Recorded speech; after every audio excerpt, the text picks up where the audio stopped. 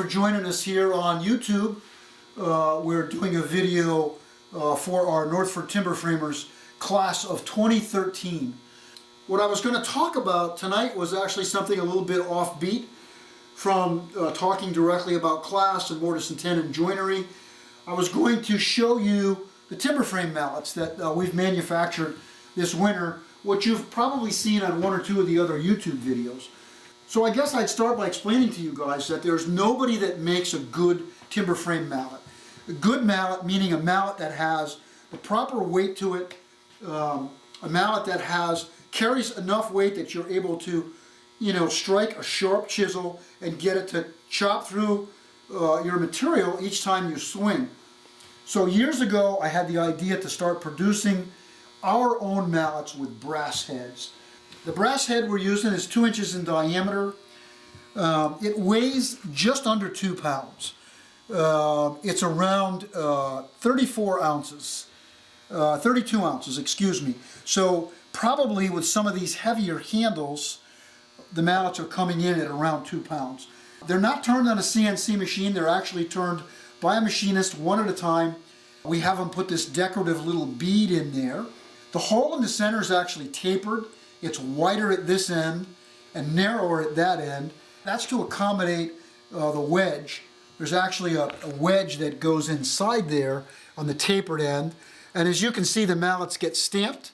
NTF for Northford Timber Framers, and of course a date 2013.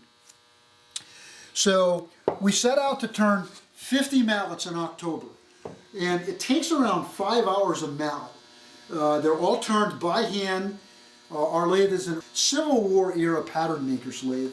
So when we start with a square piece of stock. So we start with a piece of square 2-inch stock, 12 to 13 inches long. And then the next thing we do is turn it round. They come in approximately 1 7/8 inches in diameter. This is obviously a piece of walnut. This is the 3rd generation we've done. We keep trying to improve. Some of our earlier mallets, we've had some of the heads loosen up and we've had to pin them. So what we're doing is we actually start with the square stock and we put it in front of the furnace here in our shop for about 3 weeks.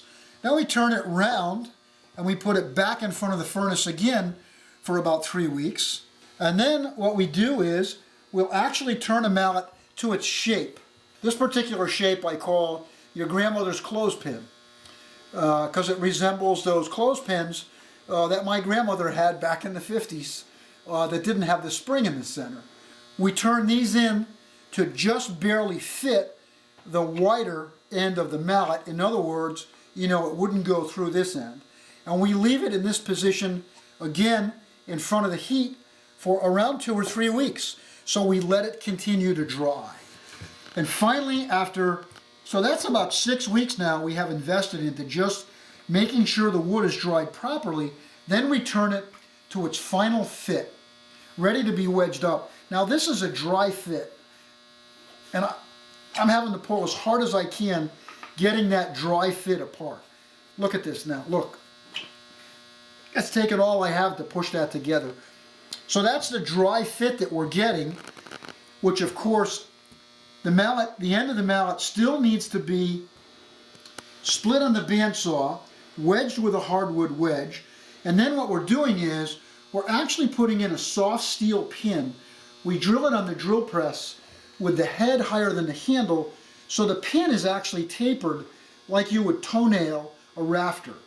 My feeling is that this 3rd generation are never going to loosen up. I think they're at their smallest, driest stage right now, so I think they're probably going to pick up moisture as time goes on. This is an interesting design. If you're familiar with shaker furniture, that's actually the back of a shaker ladder back chair, which has a very simple embellishment at the top. Another design is an acorn. That's a white oak acorn. Here's a really cool walnut acorn. The acorn was the early American symbol of strength. So I think that's very appropriate for timber framing. This one was turned to look like a candle. This piece is actually tiger maple. Here's one of my favorite that we've done. So that's another shaker chair back in tiger maple. And I just think the grain, the figure in this tiger maple is just coming out beautifully. As they sit on the bench here, we have the whole process laid out. We have them starting as square, then dried out, turning to round, then dried out. Then the mallet turned into its shape with the ends still the way it came out of the lathe.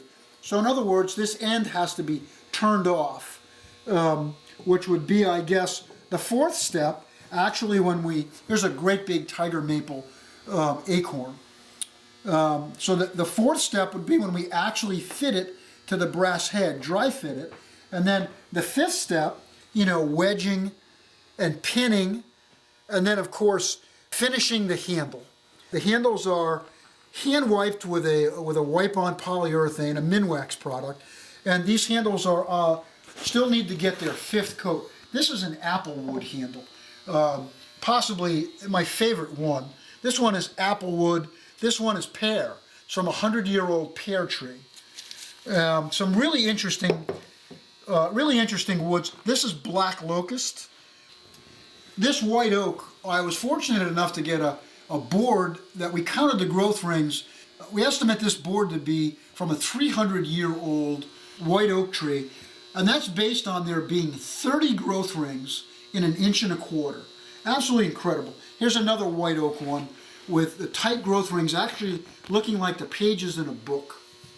From 73 to 78, I was a pattern maker's apprentice, and I actually made this very crude mallet, and it was used to bang the wooden pattern molds, to tap them lightly to remove them from the casted pieces we had just done. So I actually used this in the foundry section of the pattern shop that I worked in, and all those years ago, from back in the 70s, the idea came that here's a perfect timber frame mallet.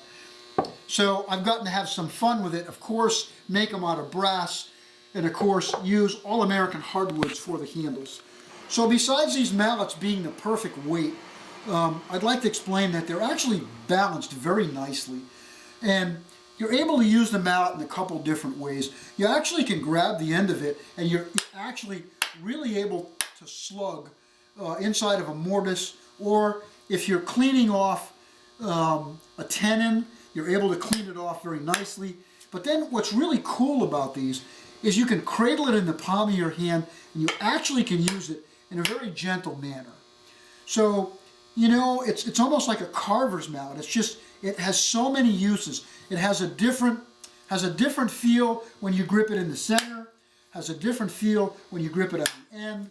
And again, cradling it in your hand with the bevel of your timber frame chiseled down, if you're trying to get down to some fine details, it's so sweet the way that you can pair a tenon with one of these mallets. So there you have it. There you have our 50 Northford timber frame mallets. And hey, there's only one place in the world you can get one of these mallets, and that's from the Northford Timber Framers. I hope you'll consider joining us at the 2013 class. This year's class project will be going up in the northern part of Vermont in September. So please consider taking class with us, possibly coming and using one of these fine mallets with us. Hey, you guys take care, and we'll see you around.